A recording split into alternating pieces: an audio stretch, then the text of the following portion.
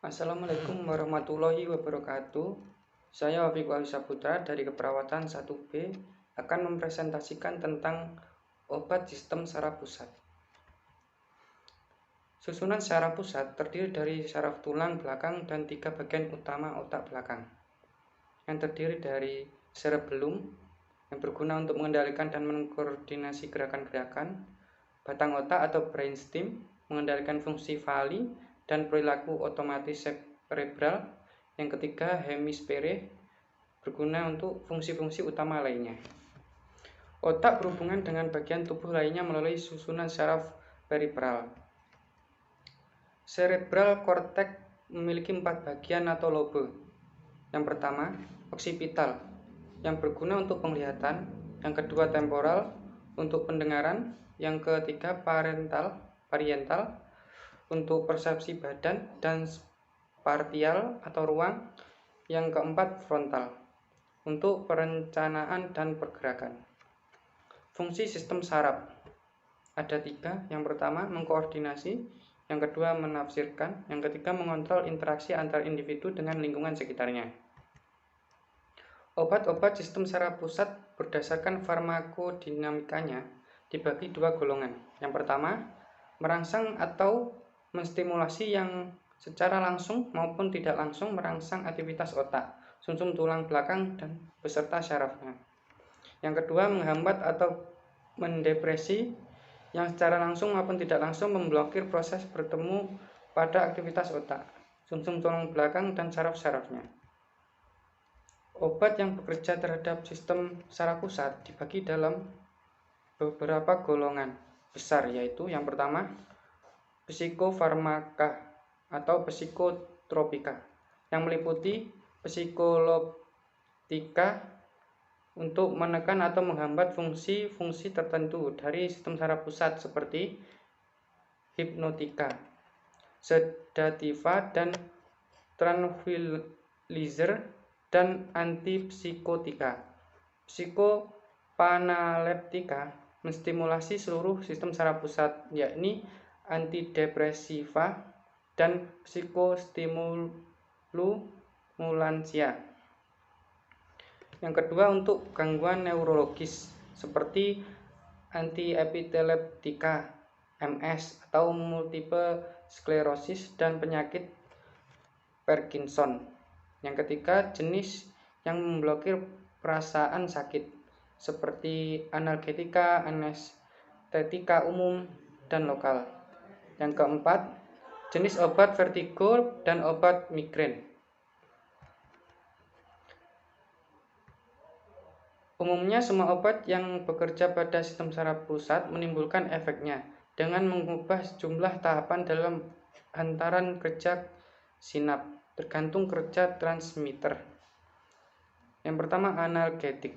Analgetik atau obat menghilang rasa nyeri adalah zat yang mengurangi atau menghalau rasa nyeri tanpa menghilangkan kesadaran. Perbedaan dengan anestetika umum. Berdasarkan efek farmakologinya, analgetik dibagi menjadi 2 kelompok, yaitu yang pertama analgetik narkotika, yang kedua analgetik perifer atau non-narkotik. Yang pertama, analgetik opioid atau narkotik, disebut juga opioida atau mirip opiat, adalah zat yang bekerja terhadap reseptor opioid khas di susun saraf pusat, sehingga persepsi nyeri dan respon emosional terhadap nyeri berubah atau dikurangi. Tubuh dapat mensintesa zat opioidanya sendiri, yakni zat endofrin atau kelompok polipeptida endogen yang terdapat di cairan cerebrospinal dan dapat menimbulkan efek yang menyerupai efek morfin. Kemudian yang kedua, obat analgesik perifer atau non-narkotik seperti paracetamol. Kemudian golongan salisilat seperti acetosal, salisilamid, dan benorilat. Yang ketiga, obat penghambat prostaglandin. Yang keempat, ibuprofen. Yang kelima, derivat-derivat barizolinon. Yang kelima, derivat-derivat antranilat dan lainnya seperti benzidamin. Hipnotik sedatif.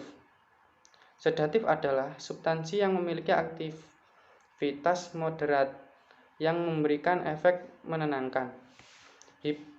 Hipnotik adalah substansi yang dapat memberikan efek mengantuk dan yang dapat memberikan onset serta mempertahankan tidur. Hipnotik dan sedatif merupakan golongan obat pendepresi susunan saraf pusat. Efeknya bergantung dosis, mulai dari ringan yaitu menyebabkan tenang atau kantuk, menidurkan, hingga berat yaitu kehilangan kesadaran, keadaan anestesi, koma, dan mati. Obat ini digunakan berhubungan dengan sistem saraf pusat seperti tata laksana nyeri akut dan kronik, tindakan anestesi, penata laksanaan kejang, serta insomnia. Klasifikasi obat hipnotik sedatif dibagi menjadi 3. Yang pertama, benzodiazepin. Yang kedua, barbiturat. Yang ketiga, golongan obat non-barbiturat dan non-benzodiazepin. Yang pertama, benzodiazepin. Benzodiazepin adalah obat yang memiliki 5 efek farmakologi sekaligus, yakni anxiolisis, sedasi, antikonvulsasi, relaksasi otot melalui medula spinalis, dan amnesia retrograde. Keunggulan benzodiazepin bagi barbiturat yaitu rendahnya tingkat toleransi obat, potensi menyalahgunakan yang rendah, margin dosis aman yang lebar, rendahnya toleransi obat, dan tidak menginduksi enzim mikrosom di hati. Kemudian yang kedua, barbiturat. Secara kimia, barbiturat merupakan derivat asam. Barbiturat merupakan hasil reaksi kondensasi antara ureum dengan asam melonat. Kemudian yang ketiga, golongan obat non-barbiturat dan non-benzodiazepin seperti propofol, ketamin, dekrometorpan, dan lain-lain. Sekian yang saya sampaikan, kurang lebihnya mohon maaf ada salah kata. Wassalamualaikum warahmatullahi wabarakatuh.